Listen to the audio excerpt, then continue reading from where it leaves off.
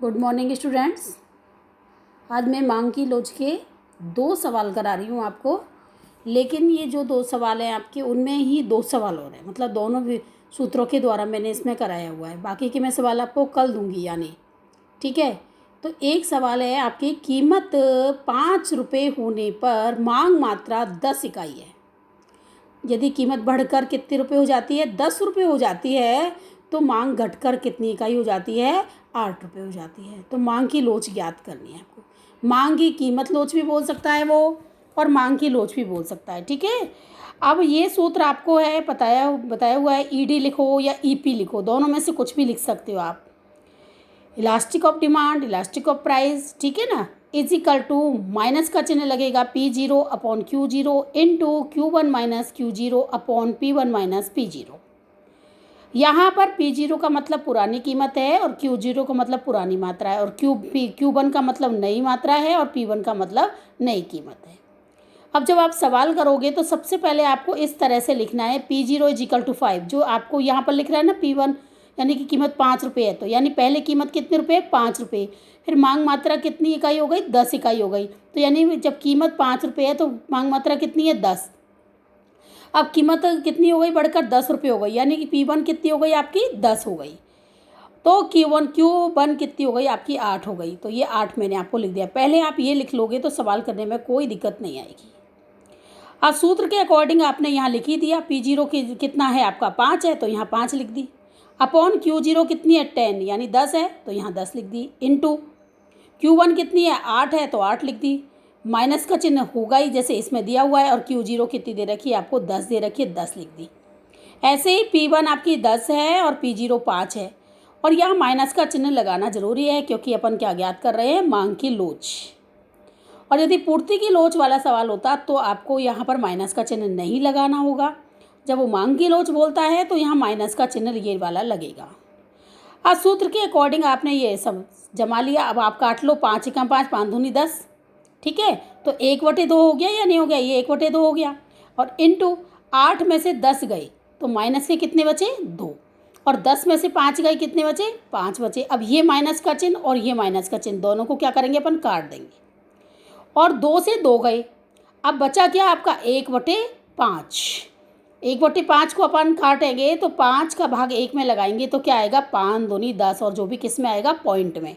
Answer आपका क्या है, 1 से कम है। 1 से कम आने के कारण ये लोच कैसी होगी, इकाई से कम। यदि आपका आंसर कैसा आता है, 1 से अधिक आता है तो इकाई से अधिक, और 1 के बराबर आता है तो इकाई के बराबर। आज मैं 2 सवाल ही कराऊंगी, कल मैं और करा दूंगी। आपकी बुक में जो सवाल दे रखे हैं आप उनको भी करके देख लेना, ठीक है। और दूसरा सूत्र मैंने आपको बताया था, Q1 minus Q0 upon P1 minus P0, इससे भी अपन कर सकते हैं इसको, ठीक है ना। Q1 कितना दे रखा है आपका, यहाँ पर मैंने अभी बताया ही था, ये रहा आपका Q1 8 है, और माइनस Q0 कितनी है, 10, तो अपॉन 10 हो गया। और P1 कितनी दे रखी है यहाँ पर, 10, तो यहाँ भी मैंने 10 लिखा है, 10, और यहाँ P0 कितनी है आपकी, 5, तो ये आपकी P0 कितनी है, 5 अपॉन 5 हो गया। अब आप इसको काट सकते हो, देखो 8 में से 10 गए, यहाँ माइनस का चिन्ह लगाया है ना मैंने, ये माइनस का चिन्ह जरूर लगेगा। 8 में से यदि आपके 10 गए तो क्या बचते हैं आपके, माइनस के 2 बचते हैं, ठीक है, अपॉन 10 हो जाएगा। और ये 10 में से 5 गए, 5 बचे, और 5/5 होएगा, 5 से 5 गए। अब आप देखो ये जो माइनस का चिन्ह है, माइनस के 2 बचेंगे या नहीं बचेंगे, ये जो मैंने आपको यहाँ पर चिन्ह लगाया हुआ है ये माइनस का चिन्ह है, और ये माइनस का चिन्ह है, माइनस माइनस क्या हो गए, कट गए। अब आप ये देखो, हमने अभी ये बताया था आपको, 8 में से 10 गए तो कितने बचे, 2 बचे, माइनस के 2/10 कर देंगे। और यहाँ पर 10 में से 5 गए तो कितने बचे, 5 बचे, 5/5 हो जाएगा ये, ठीक है। अब इस संख्या को आप यदि पूरी काटोगे तो 1/5 आएगा, और वही 0.2 आंसर आएगा। किसी भी विधि, किसी भी सूत्र के द्वारा करोगे आंसर आपका सेम ही आएगा। लोच कैसी है आपकी, इकाई से कम है, ठीक है। अब दूसरा सवाल भी मैंने इसी तरह का ही दिया है। अब आपको ये सवाल जो दे रखा है आपका, इसमें है कीमत 2 रुपये होने पर मात्रा कितनी है, 10 है, और कीमत 4 रुपये हो जाती है तो मात्रा कितनी हो जाती है, 5 इकाई हो जाती है। ये भी कीमत की लोच माइनस मतलब इकाई से कम वाले ही आंसर आएगा, क्योंकि यहाँ पर पहले कीमत कैसी है, कम है, फिर कीमत कैसी हो रही है, ज़्यादा हो रही है। यदि उल्टा सवाल होता, कीमत ज़्यादा होती, फिर कीमत बाद में घट जाती, तो मांग की लोच इकाई से अधिक आ जाती, ठीक है। अब 2 रुपये कीमत, 2 रुपये होने पर मात्रा 10 इकाई है और कीमत 4 रुपये होने पर मात्रा 5 इकाई होती है, तो मांग की लोच ज्ञात करो। इसको मैं 2 सूत्रों से, अलग अलग सूत्रों से कर रही हूँ। यहाँ पर Q1 माइनस Q0 अपन Q0, P1 माइनस P0 से आपने ये किया हुआ है और आपको मैंने पहले सूत्र कराया था। सूत्र में माइनस का चिन्ह लगेगा, यानी कि आपका P0 मैंने आपको बता ही दिया था, लिख लेना चाहिए। P0 2 है तब Q0 10 है, P1 4 है तो Q1 कितना है, 5 है।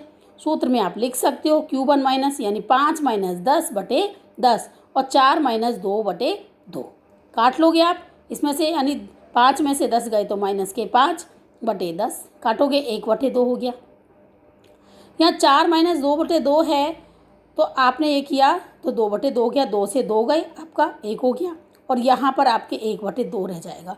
1 बटे 2 रह जाएगा तो 2 का भाग 1 में लगाएंगे, कितना आएगा, 0.5 आएगा। आप इसको बाकायदा सवाल के द्वारा करें, नहीं आए तो आप मुझसे पर्सनल रूप में भी पूछ सकते हो, कोई दिक्कत नहीं है, मैं बता दूँगी। ठीक है, तो 0.5 आज यानी इकाई से कम लोच आएगी। यदि मैंने एक सूत्र बताया था, मांग मात्रा में प्रतिशत परिवर्तन अपॉन कीमत में प्रतिशत परिवर्तन, ऐसे आपको यदि निकालना पड़े, सूत्र में आपको माइनस का चिन्ह लगाना है, तो पहले आपको मांग मात्रा में प्रतिशत परिवर्तन ज्ञात करना पड़ेगा। यदि आपको सीधा सीधा आ जाए कि मांग मात्रा में 25% की कमी होती है, तो कीमत में यदि 25% की वृद्धि होती है तो मांग मात्रा में 30% की या 25% की कमी होती है। तो कमी जो वर्ड का मतलब होता है, माइनस का चिन्ह वहाँ पर लगाना। जैसे क्योंकि अपन यहाँ पर करते थे ना, तो आपका 5 माइनस 10 किया तो माइनस के 5 आ गए, तो माइनस से माइनस कटे स्वतः प्लस में हो जाएंगे। ऐसे ही यहाँ पर आपको मांग मात्रा में प्रतिशत परिवर्तन ज्ञात करना है, तो मैंने निकाला था Q1 माइनस Q0 अपन Q0 इंटू 100, और मात्रा में प्रतिशत परिवर्तन निकालना है तो P1 minus P0 upon P0 into 100। अब आप देखो, मांग मात्रा में प्रतिशत परिवर्तन ज्ञात करना है तो सूत्र के अकॉर्डिंग 5 माइनस 10 बटे 10 इंटू 100, इसको आप कर लोगे। ऐसे ही मांग मात्रा में के बाद कीमत में निकालना है तो 4 माइनस 2 बटे 2 इंटू 100। यहाँ पर आपका कुल मिला के ये शब्द आएगा कि 50% की क्या आएगी, माइनस का आएगा, माइनस के पास 50 आएंगे, क्योंकि यहाँ पर जो आपका ये 10 है, इसको आपने 100 से काटा तो 10 हो गया। ठीक है, और माइनस के 10 में से 5 गए तो कितने बचे, 5, और 5 का गुणा अपन ने 10 से किया तो कितने हो गए, ये 50 हो गए। ठीक है ना, और नीचे 10 है, ये 10 को अपन इससे काटेंगे तो इस तरह से आपका निकल जाएगा। ठीक है, ऐसे ही इसमें आपका निकल जाएगा। तो आपका या 100%, तो क्वेश्चन के अकॉर्डिंग क्या हो गया, कीमत में 100% की वृद्धि होती है तो मात्रा में कितने परसेंट की कमी हो रही है, 50% की कमी हो रही है, वर्ड हो गया ना, तो माइनस का 50 हो गया ये, और अपॉन कीमत में 100% की वृद्धि हो रही है तो ये 100 हो गया। और यहाँ पर अपन आगे चिन्ह काय का लगाएंगे, माइनस का, तो माइनस से माइनस गए। अब आप 50 बटे 100 यानी कितना हो गया, 1 बटे 2 हो गया। 1 बटे 2 में यानी 2 का भाग अपन किस में लगाएंगे, 1 में लगाएंगे तो कितना आएगा, 0.5 आएगा। ये भी आपका 0.5 आ रहा है और ये भी 0.5 आ रहा है। ठीक है ना, तो यानी कि जब हम 1 में 2 का भाग लगाते हैं तो कितना आता है, 2 पंजे 10 यानी 0.5 आएगा। लोच कैसी है आपकी, इकाई से कम। आप इन सवालों को किसी भी सूत्र के द्वारा करो, कोई दिक्कत नहीं है, लेकिन ज़्यादातर आप जो, यदि इस सवाल को मैंने आपको पहले वाला सवाल बताया था कि ये वाला इस सूत्र से ही करोगे तो बिल्कुल सही रहेगा। P0 upon Q0 into Q1 minus Q0 upon P1 minus P0, इस सवाल से आप करोगे तो बहुत अच्छा रहेगा, आपके साथ कभी सवाल गलत नहीं होंगे।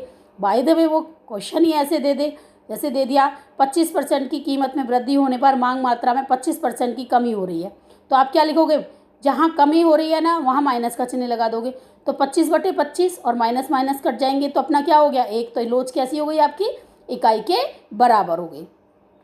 तो वहाँ तो आप सीधा सीधा लिख दोगे, 25% की कमी हो रही है, 30% की वृद्धि हो रही है, तो आप अपॉन करके कर लोगे, कोई दिक्कत नहीं आएगी। यदि आपको ऐसा सवाल लिखा हुआ आएगा, और बाकी के मैं गर्मी की छुट्टी में आपको करा ही चुकी हूँ, ऐसा सवाल आएगा तो आप सबसे पहले आप इसी सूत्र के द्वारा सवाल करना, ये द वेरी इंपॉर्टेंट सूत्र है, और इसके द्वारा आप जो भी सवाल करोगे वो बिल्कुल सही होंगे। ठीक है।